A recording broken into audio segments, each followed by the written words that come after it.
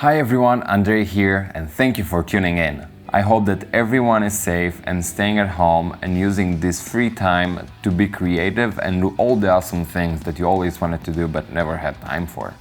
In today's video we are talking about, we are analyzing, we are putting under the microscope this beautiful Juggernaut Proseries HT7 Juggernaut Misha Mansoor guitar, signature guitar in, well, dark gray. I have no clue what the color is called, that I conveniently called swamp, because it's dark gray and you cannot really see the inlays. So yeah. What you just heard in the intro was a full mix demo of some of the tones and sounds that this guitar can produce. Although it only took me 2 years to make this review, I think that it's still relevant because my 2018 model is not too different from the new models. Mostly unchanged. Let's go through the specs of my model, and as we go through I will tell you what has changed.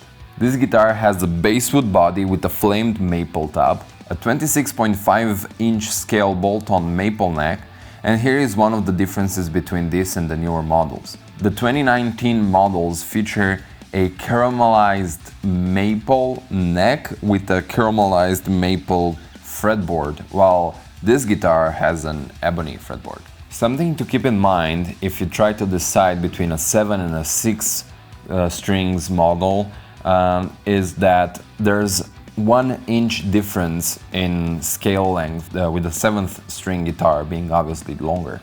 This guitar features a neck with a 16th inch radius, and this is something that Misha actually wanted to experiment with because all his USA models feature a 20-inch radius, and this is something that you will find now on the Pro Series models as well.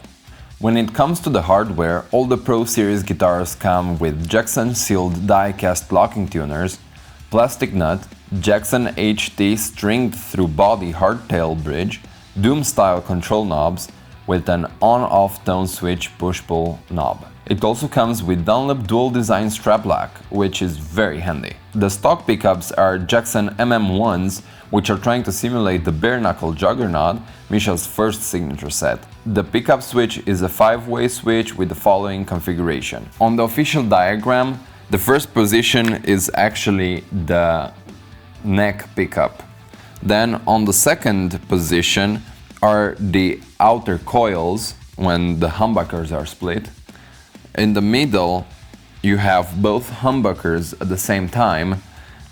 On the fourth position you have the inner coils, and on the fifth position you have the bridge pickup. Let's listen to the different pickup configurations, and after that I will leave you guys with my final thoughts after 2 years of using this guitar.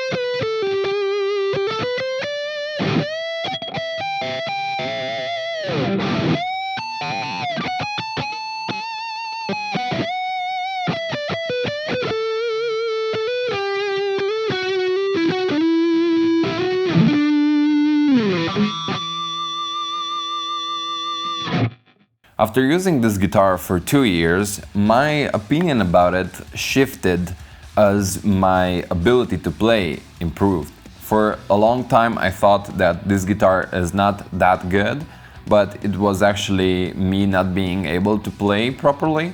And now that I improved significantly since 2 years ago, I have a different view on this instrument. When I got it, the first impression wasn't the best. The high E was broken, the wood was very dry, and it didn't have any sort of settings. After taking care of all these issues, this guitar really started to come through. After spending many hours with it, these are my pros and cons. The build quality is actually really good for a 650 euros instrument, and this was at the time of purchase, of course. The pickups are very versatile, and I was amazed of how many genres I was able to play with this guitar. From a perspective of tone and dynamics in the playing, this wood is very responsive. Whenever I have a note and I do the vibrato right, the harmonics start coming through, as you heard in the last note in the solo. The setup on this guitar has a sweet spot, and once you reach it, it's really nice to play. All the notes, you can hear them very nice, nothing is buzzing, it's very comfortable to play. The access on the high notes is really easy due to the curve in the body that Misha wanted. The locking tuners are a very nice touch for this price range, and it does keep the strings in tune very well. The bridge is also very comfortable due to the lack of sharp edges, and when my hand sits on it, it feels like home. The main thing that bothers me with these models, and I don't think this is a mistake because I heard it on several Juggernaut Proseries HT7 and 6, is the volume knob not actually cutting all the volume. Whenever the volume knob is all the way down, you can still hear signal through, and that's quite annoying. If there are guitars, or in the 2019 model, if they changed it, I don't know, please let me know in the comment section. Another thing that I didn't like, and I don't know if this is just my guitar or this is something that happened with several guitars and models, the actual push-pull knob, it's not glued in properly, and whenever I want to pull it, it comes off. I don't know if now it came off nice, but sometimes when I do that, it just comes right off. It's weird, and it's also weird that it doesn't do it all the time. I don't know what's going on. If this guitar doesn't have a proper setup, it fights you a lot. It's not really forgiving. You have dead notes in different spaces, weird buzz sounds. If you strike chords, you won't have the desired resonance and sustain in the solos. It's a tough instrument to play, and whenever you would play it, it's not comfortable for the hand to play it. The last thing that I didn't like is that it doesn't come with a hard case, or any case for that matter, and I think this is something to be expected for a not too expensive guitar. And so I had to buy a third-party case, a hard case from Gator Case, which is quite nice, it does the job well. My conclusion is that I do not regret buying this instrument. It suits my needs as a guitar player, and I enjoy it very well. One thing I do want to change in this guitar are the pickups, and I'm thinking of putting in some bare knuckle Ragnaroks, Misha's second signature set, and when I'll do that, I will let you guys know and make a video about it. Until then, if you want to hear a demo of a Pro Series guitar with a Ragnarok set inside, when Misha did the Ragnarok demo video at the end, I think, he had a gray HT6 model with Ragnaroks inside, and it sounded awesome. Thank you all for watching this unbiased review of the Jackson Juggernaut Pro Series guitar HT7 and 6, because it's not too much of a difference between them. Let me know in the comment section what was your experience with these models. I hope you enjoyed the video and that it was helpful for you. If so, make sure to hit the like and subscribe button. If you want to see more things that I do, make sure to follow me on Facebook and Instagram at the links down below. And if you are thinking of buying this model and you want to support this channel, consider buying it from the link down below. Thank you very much, I've been Andrei, and I will see your beautiful faces in the next video. Cheers!